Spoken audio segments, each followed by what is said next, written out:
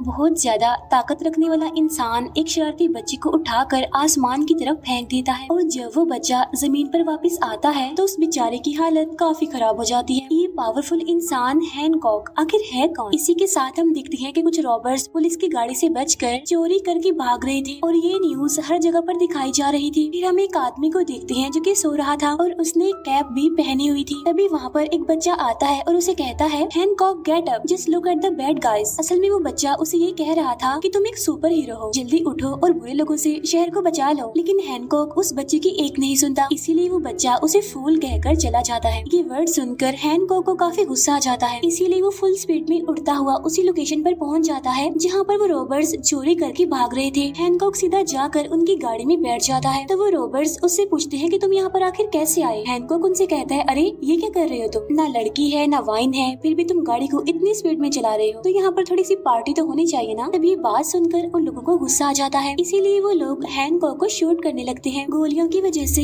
Hancock की wine की बोतल और उसकी ग्लासेस टूट जाती हैं और इस वजह से तो हैनकॉक को बहुत गुस्सा आता है, इसीलिए वो अपने पैरों से उस गाड़ी को वहीं पर ही रोक देता है। इस वजह से वो गैंगस्टर्स और ज्यादा गुस्से में आ जाते हैं और वो भी हैनकॉक को फूल कह देते हैं। हैनकॉक उससे कहता है बस एक और बार मुझे फूल बोल दो और फिर देखो मैं तुम्हारा क्या हाल करता हूँ। और जैसे वो गैंगस्टर उसे फूल बोलता है तो वहाँ पर हैनकॉक उनकी गाड़ी को किसी सुपरमैन की तरह हवा में उठाकर बिल्डिंग्स में दे मारता है और फिर वो उनकी गाड़ी को काफी ऊंची बिल्डिंग पर ले जाकर एक नुकीले पोल में गाड़ देता है। अब ये सब कुछ देखकर हमें ये तो अंदाजा हो जाता है कि हैनकॉक के पास सुपर पावर्स हैं, यानी वो हवा में उड़ सकता है, कोई गोली उस पर असर नहीं कर सकती और ये कि उसके पास सुपर हीरो जैसी बहुत सारी सुपर पावर्स है। अब हालांकि यहाँ पर हैनकॉक ने चोरी होने से तो रोक लिया था, लेकिन मीडिया तो उसके अगेंस्ट कुछ अलग ही न्यूज कवर कर रही थी और कहा जा रहा था कि हैनकॉक ने फिर से पूरे शहर में तोड़फोड़ करना शुरू कर दी है। करीब 90 लाख का नुकसान कर दिया है उसने, आखिर कौन भरेगा इतना नुकसान। अब हैनकॉक भी एक बार में बैठकर इस न्यूज को देख रहा था। इसके बाद सीन शिफ्ट होता है और हमें एक आदमी दिखाया जाता है जिसका नाम रे होता है और यहाँ पर वो अपनी कंपनी के कुछ लोगों को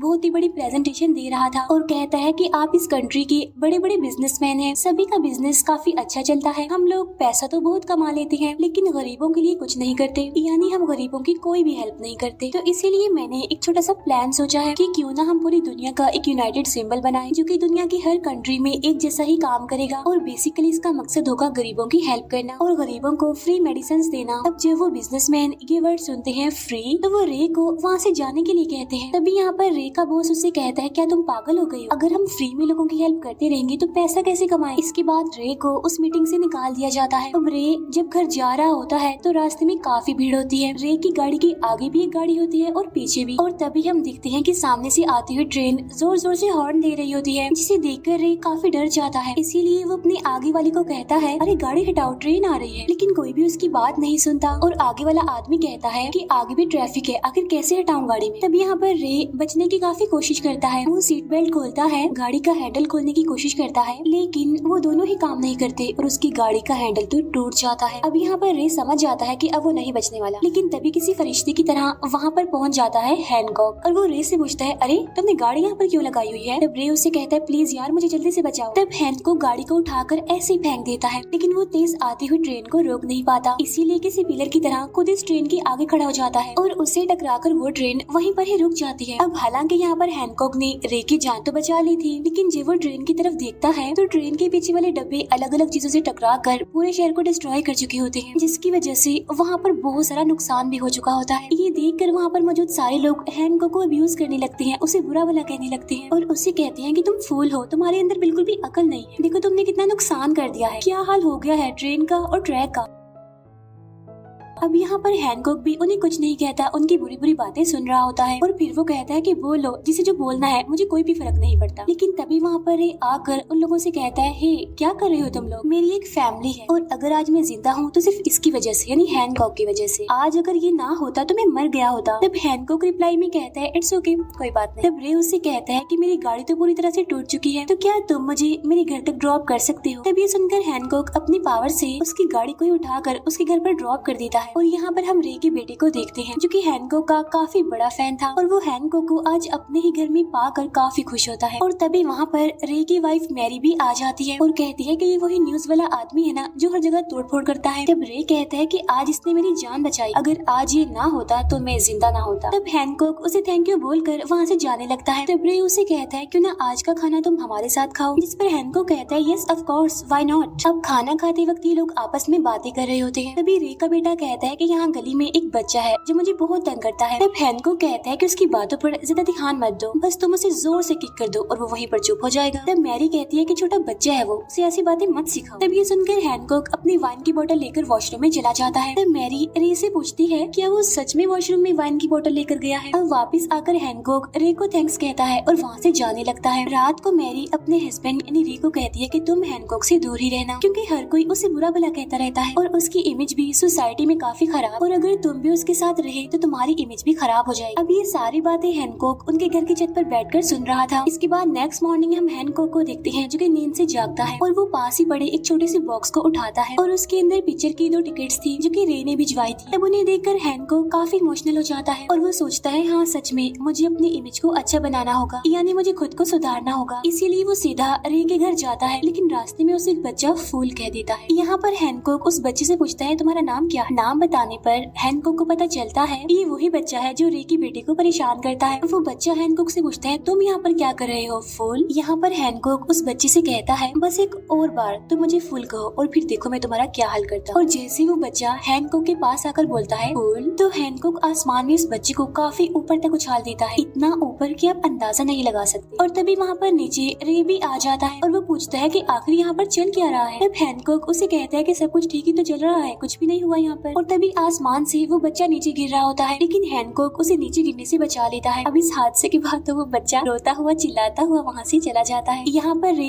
हैनकॉक से पूछता है क्या तुमने इस बच्चे को हवा में उड़ाया था, जिस पर हैनकॉक कहता है नहीं यार बस ये तो थोड़ी सी मस्ती कर रहा था, तो मैंने सोचा कि इसे थोड़ी सी हवा की सैर करवा दूं। इसके बाद ये दोनों जाकर अपने रूम में बैठ जाते हैं। यहाँ पर रे उसे कहता है कि तुम एक अच्छे इंसान हो, लोगों की हेल्प करना चाहते हो, लेकिन इसके बदले में लोग तुम्हें बुरा भला कहते हैं और तुम्हारी कोई भी इज्जत नहीं करता। इसीलिए तुम्हें उन लोगों को बताना पड़ेगा कि तुम्हारे अंदर सच में कितनी पावर्स हैं, बिल्कुल किसी सुपर हीरो की तरह, और तुम भी असल में एक सुपर हीरो हो जो हर टाइम लोगों की हेल्प करने के लिए बिल्कुल तैयार होता है। हैनकॉक कहता है हाँ मैं तो लोगों की ऐसे हेल्प करता हूँ। तो यहाँ पर रे उसे यूट्यूब की एक वीडियो दिखाता है और कहता है कि देखो एक बार बीच पर एक काफी बड़ी मछली पानी से बाहर आ गई थी और तुमने उसे उठाकर इतनी दूर फेंका कि वो दूर खड़ी बोट पर जाकर गिर गई। तब हैनकॉक कहता है मुझे याद नहीं। इसके बाद रे उसे एक और वीडियो दिखाता है और कहता है कि देखो एक दिन तुम फटे हुए कपड़े पहनकर आइसक्रीम की शॉप में चोरी कर रहे थे, सब बच्चे तुम्हें देखकर हंस रहे थे क्योंकि तुम्हारे कपड़े इतने ज्यादा फटे हुए थे। तब हैनकॉक उससे पूछता है क्या तुमने जलते हुए घर में से कभी लोगों को बचाया है। मेरा ऐसा हाल तभी हुआ था, मैंने एक जलते हुए घर से लोगों को बचाया था। अभी इन दोनों की बातें हो ही रही थी कि तभी वहाँ पर मैरी भी आ जाती है और वो इन दोनों की बातों को इग्नोर करके अपना काम करने लगती है। यहाँ पर रे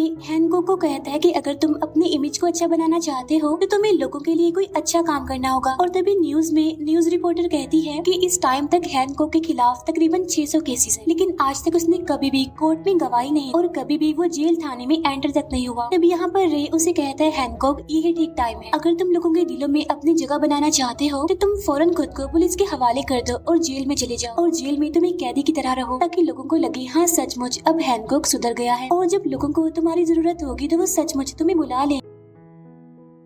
अब हालांकि हैनकॉक ऐसा करना तो नहीं चाहता था, लेकिन अब क्योंकि रे उसके लिए इतना कुछ कर रहा है इसीलिए वो खुद को पुलिस के हवाले करवा देता है। और यहाँ हैनकॉक एक कॉन्फ्रेंस मीटिंग में सिर्फ वही कहता है जो रे ने उसे लिख कर दिया होता है। इसके बाद पुलिस वाले भी उसे जेल में डाल देते हैं। हैनकॉक को जेल में देखकर वहाँ के सारे कैदी उसे घूर रहे होते हैं और उसे बुरा भला कह रहे होते हैं, और एक लंबा सा कैदी उसके सामने आकर उसका रास्ता रोक लेता है। तब हैनकॉक उन सभी को कहता है कि मेरे रास्ते से हट जाओ। तो वो सारे कैदी कहते हैं कि आखिर हम तुम्हें कैसे छोड़ दें, क्योंकि तुम्हारी वजह से ही आज हम इस जेल में हैं। तब वो लंबा सा कैदी हैनकॉक को कहता है कि बेटा बस तू तो आज गया। तब हैनकॉक उसे कहता है कि अगर तुम मेरे रास्ते से ना हटे तो मैं तुम्हारा बहुत बुरा हाल करूंगा, इसीलिए चलो शाबाश मेरे रास्ते से हट जाओ। लेकिन तभी वो लंबा कैदी उसे फूल कह देता है। तब ये सुनकर तो हैनकॉक को बहुत गुस्सा आ जाता है, इसीलिए वो एक छोटे कैदी को उसके अंदर घुसा देता है। अब इस इंसिडेंट के बाद उसे मिलने के लिए रे आता है और उससे कहता है कि तुमने अच्छा बनने की कसम खाई है और अगर तुम ऐसे ही करते रहे तो कैसे सब कुछ ठीक होगा। और तभी हैनकॉक वहाँ पर अपने नेल से ही उस ग्लास को गोलाई में काट देता है और कहता है हाँ अब आवाज बिल्कुल ठीक आ रही है। रे उसे बताता है कि तुम्हारी टोटल कैद 8 साल है। तब ये सुनकर हैनकॉक को काफी गुस्सा आता है और इसीलिए वो वहाँ से दरवाजा तोड़कर निकलने वाला होता है। तब रे उसे कहता है कि अगर तुमने अच्छा बिहेव किया तो तुम्हारी सजा कम होकर 4 साल हो जाएगी और देखना ये 4 साल कैसे गुजरेंगे तुम्हें पता भी नहीं चलेगा, और अगर गवर्नमेंट को तुम्हारी जरूरत पड़ गई तो तुम उसी टाइम ही छूट जाओगे और फिर तुम्हारे अच्छे काम तुम्हें एक सुपर हीरो बना देंगे। अब ये सारी बातें सुनकर हैनकॉक उसे जेल में रहने का फैसला करता है। अब यहाँ पर हम देखते हैं कि जेल के सारे कैदी एक जगह पर बैठकर एक मीटिंग कर रहे होते हैं जिसमें वो अपनी अपनी लाइफ के इंसिडेंट्स बता रहे होते हैं। लेकिन जब हैनकॉक की बारी आती थी तो वो यही कहता था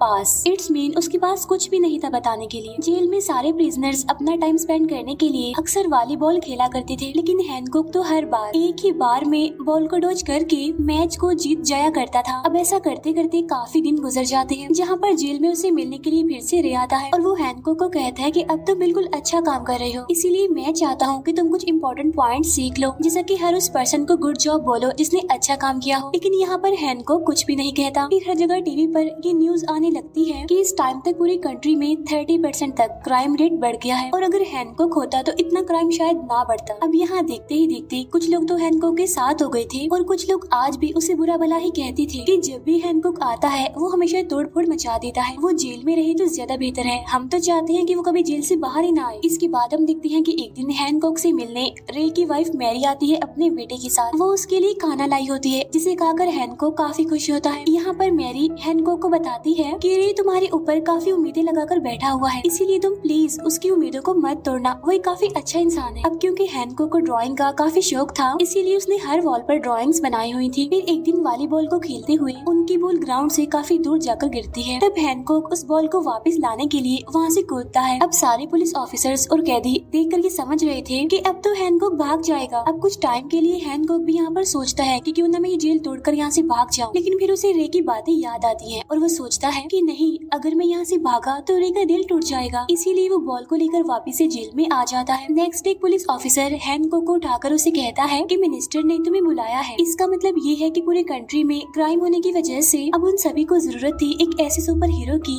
जो कि बुराई के खिलाफ लड़ सके, लोगों की जान बचा सके। इसीलिए हैनकॉक अपने सुपर हीरो कॉस्ट्यूम को पहनकर वहाँ पर चला जाता है जहाँ पर सारे पुलिस ऑफिसर्स एक बैंक में होने वाली रोबरी को रोक रहे होते हैं। वहाँ पहुंचकर हैनकॉक सभी पुलिस ऑफिसर्स को कहता है गुड जॉब, तुमने अच्छा काम किया। तो पुलिस ऑफिसर उसे कहता है कि गुड जॉब कहना छोड़ो और जाओ अंदर और लोगों की जान बचाओ। और तभी हैनकॉक की नजर एक फीमेल पुलिस ऑफिसर पर पड़ती है जो कि गोलियां लगने की वजह से काफी इंजर्ड। तब हैनकॉक उससे पूछता है क्या मैं आपको टच कर सकता हूँ आपकी जान बचाने के लिए? तो वो पुलिस ऑफिसर कहती है हाँ जल्दी से मेरी जान बचाओ। और तभी हैनकॉक अपने एक ही हाथ से उस गाड़ी को उठा लेता है जिस पर बहुत सारे रोबर्स गोलियां चला रहे थे।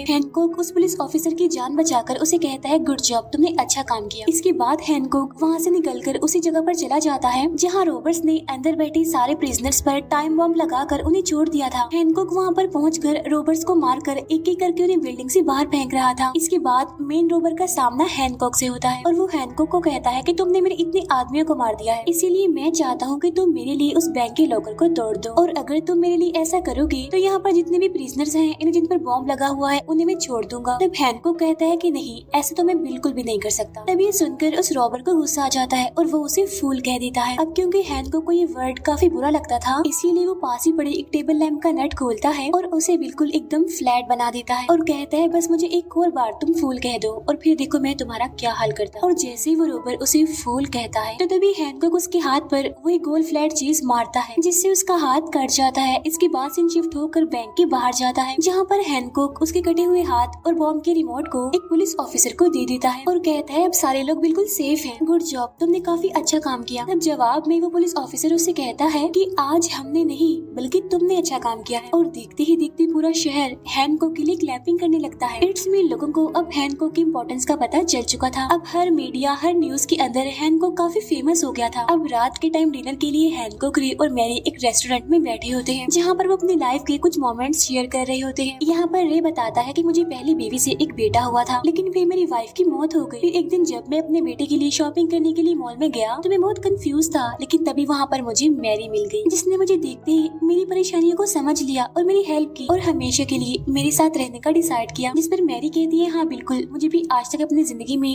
रे जैसा इंसान कभी भी नहीं मिला, ये काफी अच्छे हैं। हैनकॉक, तुम भी अपने बारे में कुछ बताओ ना। तब हैनकॉक कहता है कि ये शायद काफी टाइम पहले की बात है, मेरे सर पर किसी ने बहुत जोर से अटैक किया था, जिसकी वजह से मेरा सर फट गया और फिर वहाँ के लोग मुझे हॉस्पिटल लेकर गए, लेकिन फिर थोड़े ही टाइम बाद मेरी सारी चोटें फिर से हील हो गई। लेकिन जब मैं उठा तो वहाँ पर कोई भी नहीं था, लेकिन जब मैंने अपनी पॉकेट चेक की तो वहाँ पर पिक्चर के सिर्फ 2 टिकट्स थे और कुछ भी नहीं। बिलीव मी, वहाँ पर कोई भी नहीं था मुझे संभालने के लिए। ये सुनकर रे कहता है कि आखिर ये बात न्यूज में क्यों नहीं आई, जिस पर हैनकॉक उसे कहता है कि ये तकरीबन 80 साल पुरानी बात और मैं इमॉर्टल हूँ, मैं कभी भी नहीं मर सकता। अब क्योंकि रे ने काफी ड्रिंक कर ली थी, इसीलिए हैनकॉक उसे अपने कंधे पर उठाकर उसके घर छोड़कर आता है, लेकिन वहाँ से जाते टाइम वो मैरी को देखता है। अब यहाँ पर वो दोनों किसी अननोन रीजन की वजह से एक दूसरे की तरफ अट्रैक्ट होने लगते हैं, लेकिन तभी अचानक से मैरी उसे उठाकर काफी दूर फेंक देती है। तब ये देखकर हैनकॉक काफी हैरान हो जाता है कि आखिर उसे कोई टच नहीं कर सकता, गोलियां उसका कुछ नहीं बिगाड़ सकती, तो फिर मैरी में इतनी पावर कैसे आ गई, उसने उसको इतनी दूर कैसे फेंक दिया। तब यहाँ पर मैरी उसे आकर बताती है कि मैं भी तुम्हारी तरह यानी सुपर पावर्स रखने वाली, लेकिन अगर तुमने इस बारे में रे को बताया तो देखना मुझसे बुरा कोई नहीं होगा। लेकिन नेक्स्ट मॉर्निंग जब रे नींद से जागता है तो वो देखता है कि उसके घर की पूरी वॉल टूटी हुई है और उसकी गाड़ी का तो बहुत बुरा हाल। तब यहाँ पर मैरी आकर उसे बताती है कि वो कल रात हैनकॉक को काफी जोर से छींक आ गई थी और उसकी छींक की वजह से इतना बड़ा होल हो गया। तब ये देखकर रे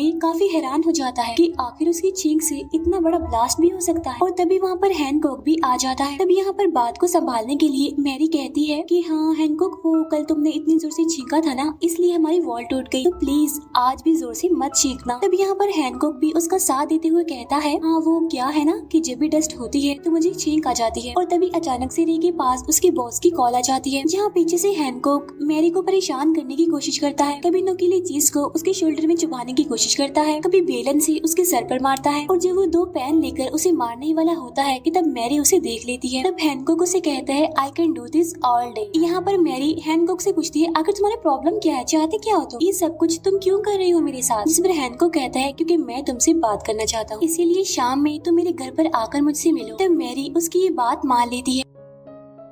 इसके बाद रे जैसे ऑफिस जाता है तो मैरी हैनकॉक से मिलने के लिए उसके घर पर चली जाती है। यहाँ पर हैनकॉक उससे पूछता है कि आखिर हम हैं कौन और हमारे अंदर इतनी सुपर पावर्स कैसे आ गई। तब मैरी उसे बताती है कि लोग तो हमें गॉड, फरिश्ते और आजकल के लोग तो हमें सुपर हीरोज भी कहते हैं। यहाँ पर हैनकॉक पूछता है, हमारे जैसे क्या और लोग भी मौजूद, जिस पर मैरी कहती है कि नहीं, सब लोग मर चुके हैं और सिर्फ हम दोनों ही बचे हैं, और ये बात आज से हजारों साल पुरानी। यहाँ पर हैनकॉक उससे पूछता है कि आखिर तुम मेरी क्या लगती। तब यहाँ पर मैरी झूठ बोलते हुए कहती है कि मैं तुम्हारी बहन। तब ये सुनकर हैनकॉक कहता है कि नहीं, इम्पॉसिबल, क्योंकि जिस तरह से कल तुम मेरी तरफ अट्रैक्ट हो रही थी, मुझे नहीं लगता कि तुम मेरी बहन हो सकती और तुम मुझसे सच छुपा रही हो। तब मैरी कहती है, मैं बिल्कुल सच कह रही, मेरी बात का यकीन करो। लेकिन फिर भी हैनकॉक उसकी बात नहीं मानता और कहता है, क्योंकि ठीक है, मत बताओ, और अब मैं तुम्हारी सच्चाई बताने जा रहा हूँ तुम्हारे हस्बैंड रे को। और अब यहाँ पर उसे रोकने के लिए तो मैरी उसे फाइट करती है, और अब देखते ही देखते उन दोनों के बीच एक जबरदस्त फाइट क्रिएट हो जाती है। हैनकॉक को रोकने के लिए मैरी वहाँ पर पड़े एक काफी बड़े ट्रक को उठाकर हैनकॉक पर दे मारती है, और यहाँ पर हैनकॉक भी उसका मुकाबला करता है। इस वजह से मैरी को काफी गुस्सा आ जाता है, इसीलिए वो वहाँ पर एक काफी बड़ा तूफान क्रिएट कर देती है। इसी वजह से पूरे शहर में काले बादल छा जाते हैं, वहाँ पर बर्फ जमने लगती है। इनकी लड़ाई इतनी ज्यादा खतरनाक होती है कि आसपास की बिल्डिंग्स भी टूट जाती हैं, और इनमें वो बिल्डिंग भी शामिल थी जिसमें रे काम करता था। और तभी रे इन दोनों को लड़ता हुआ देख लेता है। इसके बाद सीन शिफ्ट होकर रे के घर पर आता है। यहाँ पर मैरी रे को बताती है कि हाँ, मैं हैनकॉक को जानती थी, ये बात काफी पुरानी है, ये मेरा हस्बैंड हुआ करता था, लेकिन इसे दूर रहने के लिए मैंने तुम्हें चूज किया। लेकिन जैसा तुम सोच रहे हो वैसा बिल्कुल भी नहीं है, मैं आज भी तुमसे प्यार करती हूँ और हमेशा तुम्हारी ही रहूंगी। ये बातें सुनकर हैनकॉक को काफी दुख होता है। अब जहाँ पहले उसने ड्रिंक करना छोड़ दी थी, अब वो दोबारा से ड्रिंक करना स्टार्ट हो जाता है। इसीलिए वो पास के स्टोर में जाकर वाइन की 2 बॉटल्स उठा लेता है। लेकिन जब वो बिल पे करने जाता है तो शॉपकीपर उसे कहता है कि मेरी शॉप में 2 रॉबर्स छुपे हुए हैं। तब हैनकॉक अपने हाथ को उसकी दीवार में डालकर उन दोनों रॉबर्स को बाहर निकाल लेता है। वो उन्हें काफी मारता पीटता है, लेकिन तभी एक रॉबर शॉपकीपर पर गन पॉइंट कर देता है। तभी हैनकॉक एक चॉकलेट को उठाकर उस पर दे मारता है, लेकिन तब तक रॉबर ने